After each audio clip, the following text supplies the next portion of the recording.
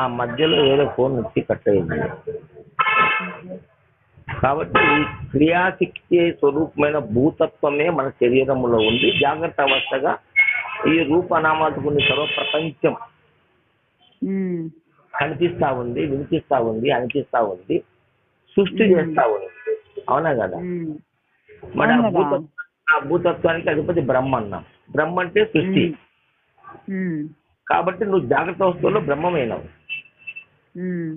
జాగ్రత్త అవస్థలో నువ్వే బ్రహ్మ. ఎందుకు? ఎన్నో సంకల్పాలు జరుగుతున్నాయి నీలో, ఎన్నో ఆలోచనలు వస్తున్నాయి, ఎన్నో ఉత్పత్తులు వస్తున్నాయి, ఎన్నో ఉత్పత్తి చేస్తున్నావు. ఎంతో మంది సర్వజీవులు తన సంతానాన్ని కంటా ఉన్నాయి, సృష్టి చేస్తా ఉన్నాయి. అన్ని జీవులు, 80 జీవరాశులు, వృక్షముల కానించి, విముఖ్యతల కానించి, జంతువుల కానించి, మనుషుల వరకు అన్ని కూడా సృష్టి చేస్తా ఉన్నాయి. తర్వాత ఏ జీవికి ఏదేది అవసరమో దాన్ని అవసరానికి తగినటువంటి ఏర్పాట్లు చేసుకుంటా ఉన్నాయి.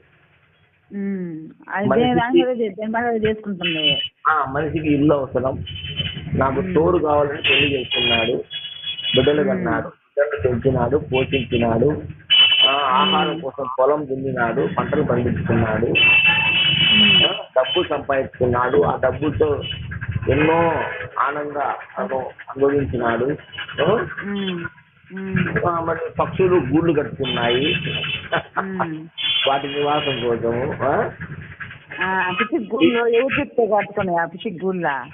అది మరి అండ్ బ్రహ్మస్వరూపం అంటే జాగ్రత్త అవస్థ అంతా బ్రహ్మస్వరూపమే. అంటే బ్రహ్మ అనే ఒక వ్యక్తి ఈ జాగ్రత్త అవస్థ అధిష్టాన దేవత అయ్యి క్రియాశక్తి స్వరూపంతో ఈ ప్రపంచాన్ని సృష్టించుకున్నాడు. సృష్టించినాడు. అవునా? అవును కదా.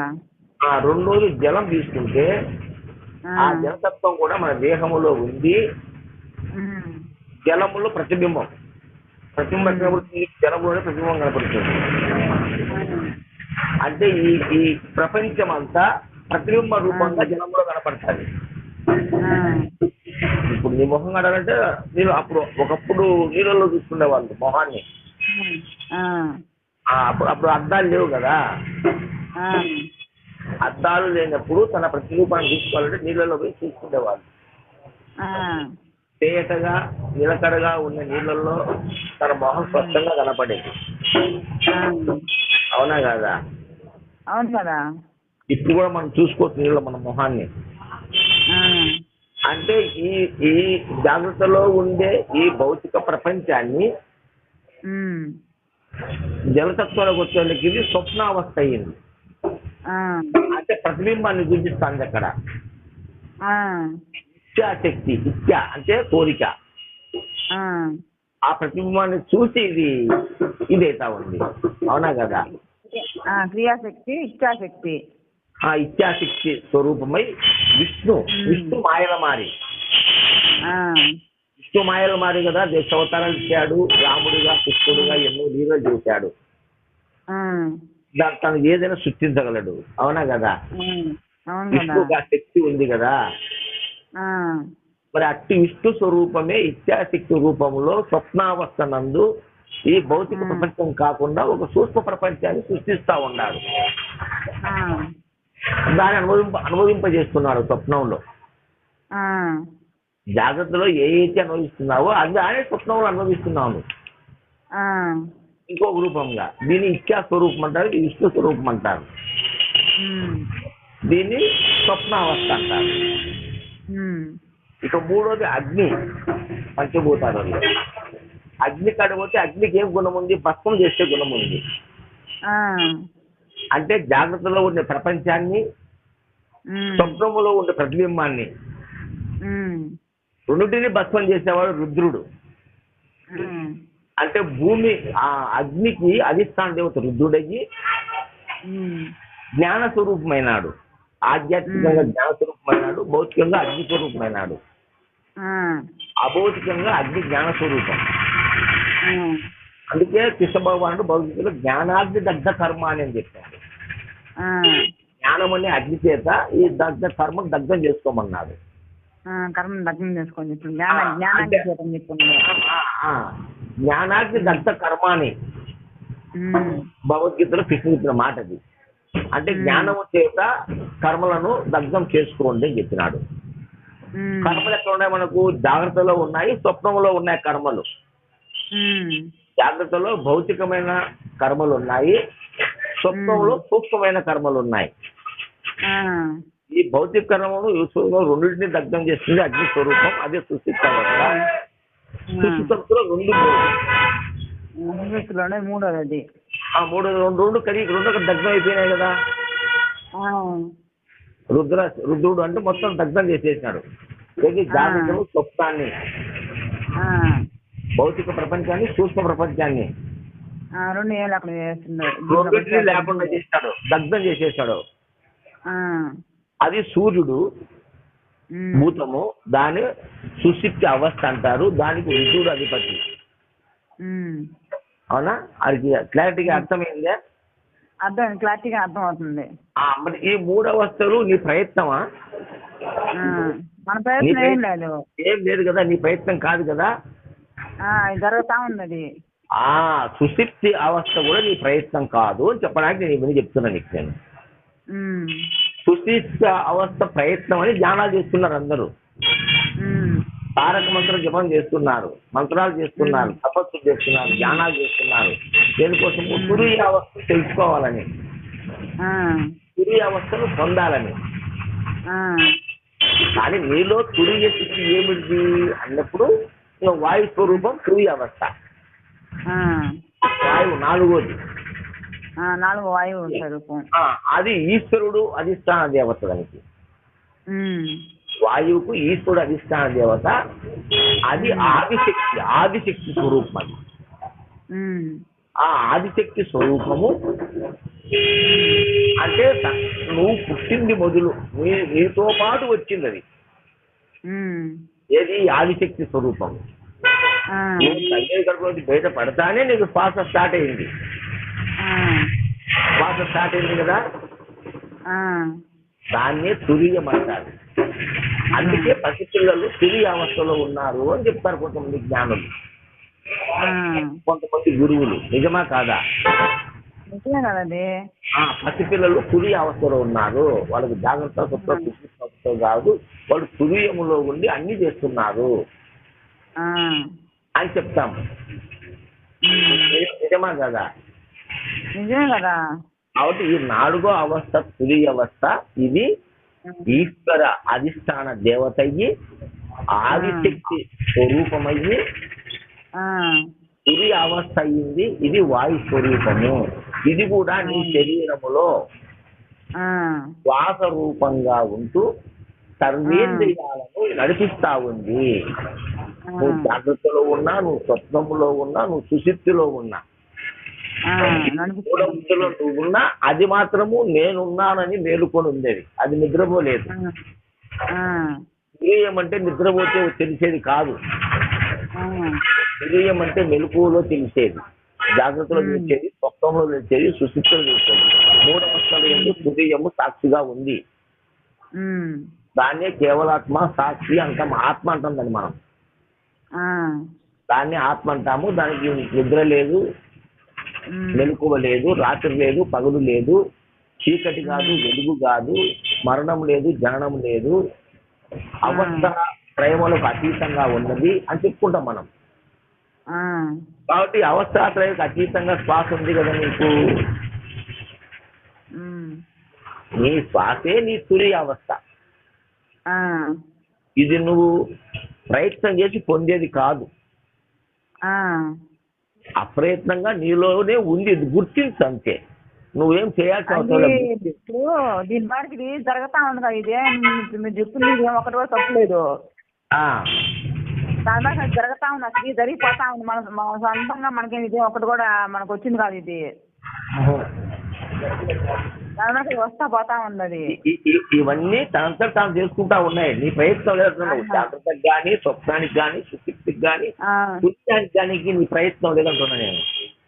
మనం ప్రయత్నం అయితే ఏం లేదు దీంట్లో. అవి చేస్తా ఉండేది. అదే తురీయ స్థితి. ఆ తురీయ స్థితి నిన్ను కాపాడుతా ఉంది. ఉచ్ఛ్వాస నిశ్వాసాల ద్వారా ప్రాణాపానములు సమానం చేసుకొని ఈ దేహాన్ని నడిపిస్తా ఉంది. అది నువ్వు ఏ స్థితిలో ఉండి అది నడిపిస్తా ఉంది. అది తురియ స్థితి అంటారు. దాన్ని 4వ అవస్థ అంటారు. ఇది ఇది వాయు స్వరూపం. దీనికి అధిదేవుడు ఈశ్వరుడు అంగి చెప్తున్నాడు. ఈశ్వర సర్వభూతానాం ఉద్దేశు అర్జున.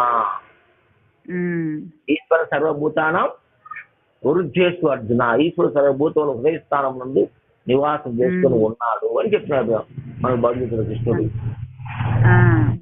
కాబట్టి ఇది సత్యం కదా. సర్వభూతములు హృదయ స్థానంలో ఈ శ్వాస ఉంది కదా, ఈ వాయు స్వరూపం ఉంది కదా. ఒప్పుకుంటున్నాం. దీనే పూర్ణ మద్భయ అఖండ చైతన్యం అన్నారు. ఇది చైతన్య స్వరూపం. ఇది అఖండ స్వరూపం అన్నారు దీన్ని. పూర్ణము, అక్షరము, అఖండము, చైతన్యము. అఖండము, చైతన్యము ఇక అంతటా ఉంది కదా. నీలో ఉండే వాయు స్వరూపం విశ్వమంతా ఉంది కదా.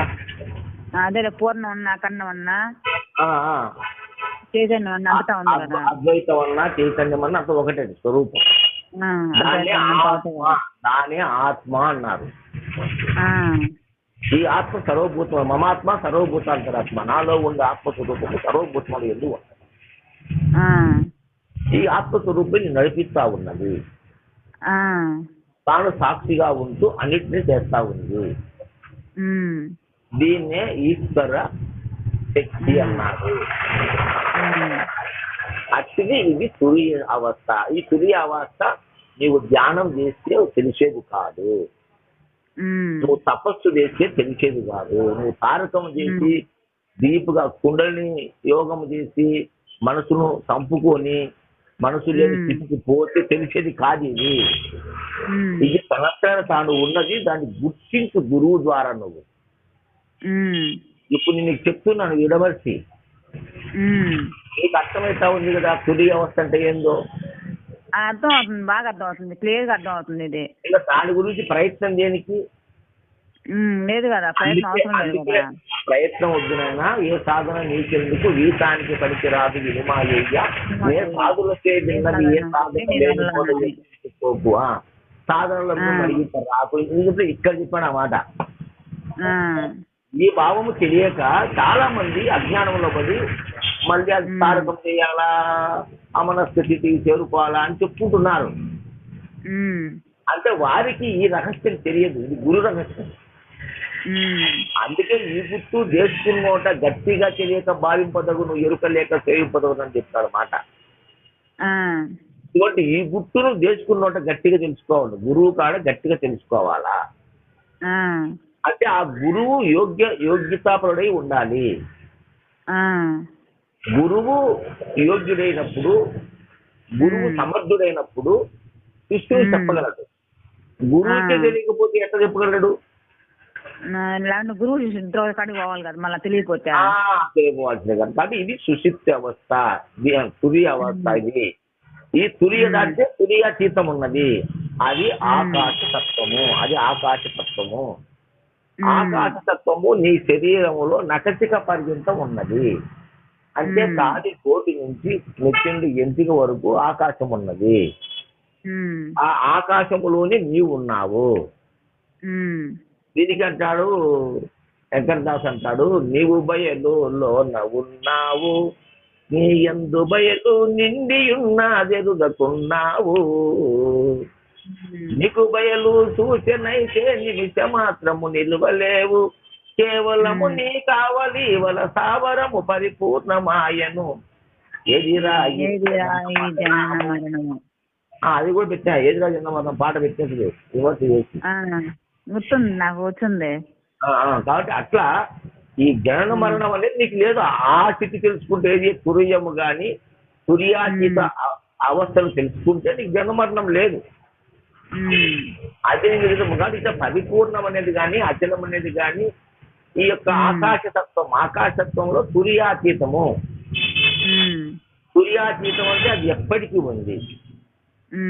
అంటే తురియములో ఉండే శ్వాస పోయినా, శ్వాస ఉన్నా, ఈ జాగ్రత్త పోయినా వచ్చినా, ఈ స్వప్నం పోయినా, ఈ తురియం పోయినా, తురియాతీతం పోయినా, అది మాత్రము సాక్షిగా ఉంది. అది కేవలాత్మగా అది అచలంగా ఉంది, అది కదలకుండా ఉన్నది. ఉమ్.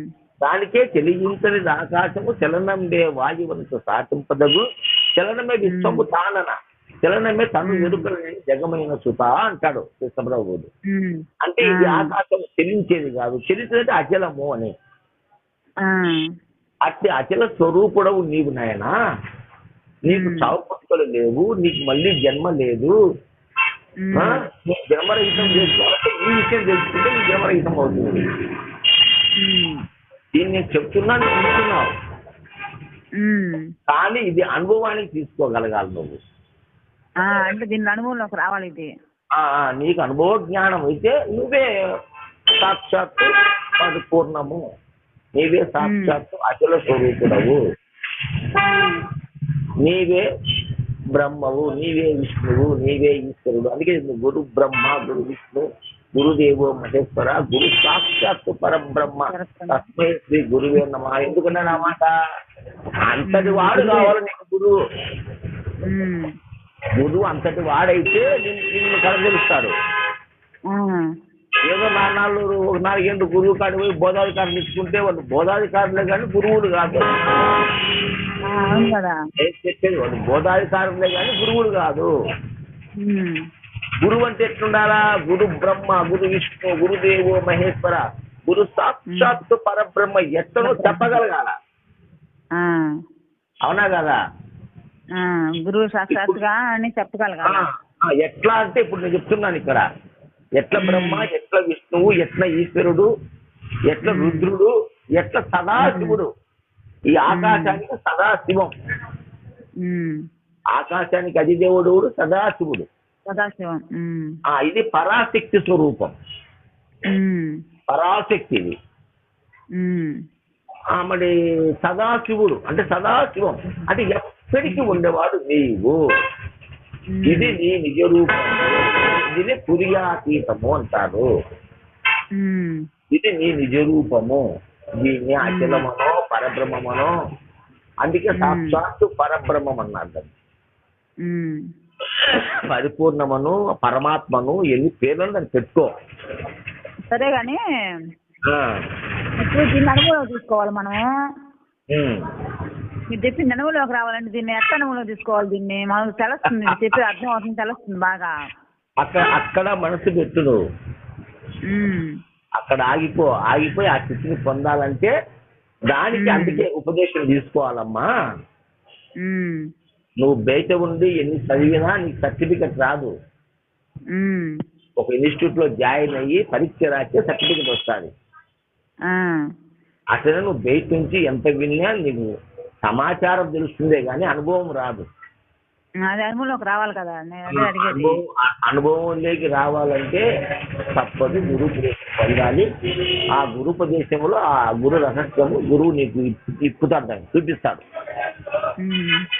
దాన్ని నీకు ఒక్కొక్కటి విమర్శ చేసి అక్కడే నీ సంశయాలని ఇచ్చి నిన్ను ఆ స్థితిలో నిలబెడతాడు గురువు.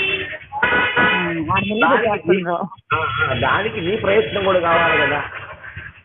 ప్రయత్నం చేయాలి కదా. నా ప్రయత్నం లేకుంటే పురుష ప్రయత్నం అన్నారు కదా. నా నెత్తి మీద ఊరు నేను దించుకున్నది ఒకరు దించలేరు కదా.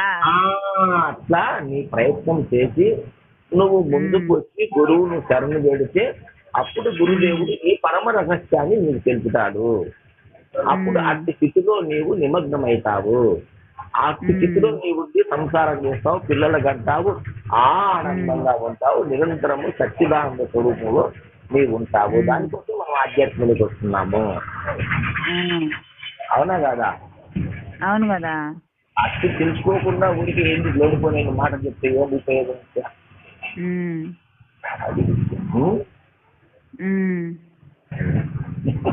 అర్థమైందా?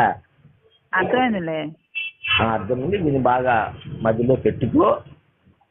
మరి నీకు ఎప్పుడు ఆ దైవం నీకు కర్మిస్తుందో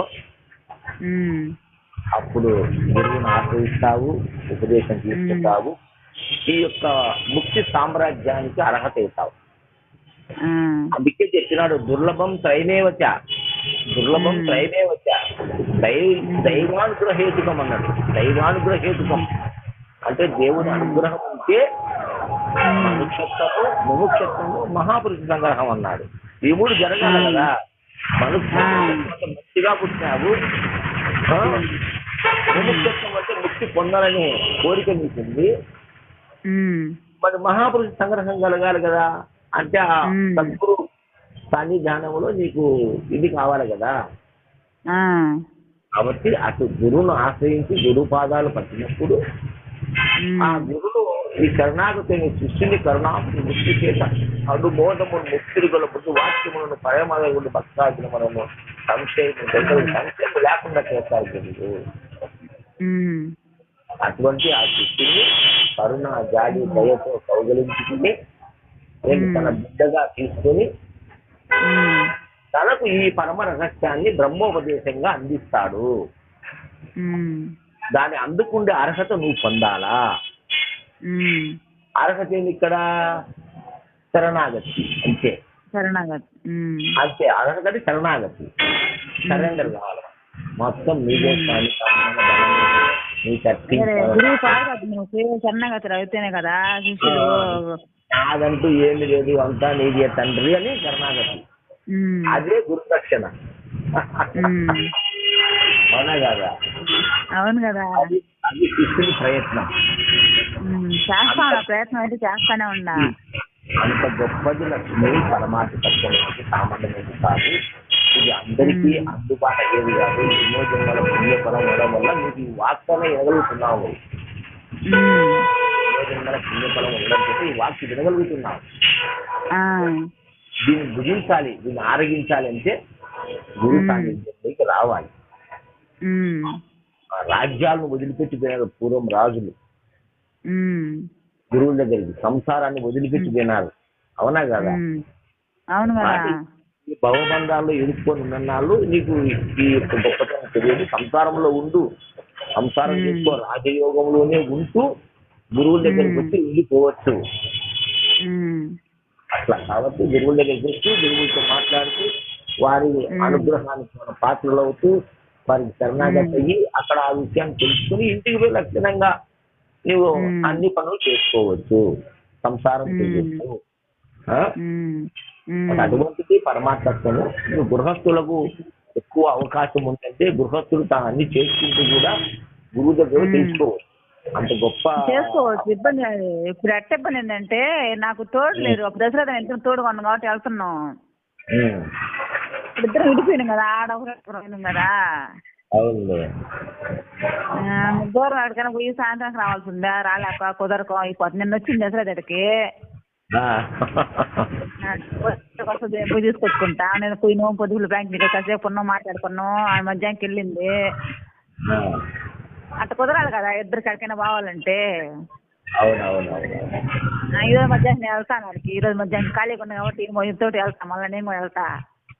వెళ్ళి జరిగిన విచారణ చేసుకోండి. నేను చెప్పిన కదా ఆయన చాలా కొద్దిదాకా అక్కడ ఉంటాను. ఆమె వస్తా, ఆమె మీయే మాట్లాడుకుంటా ఉంటాం ఇద్దరం.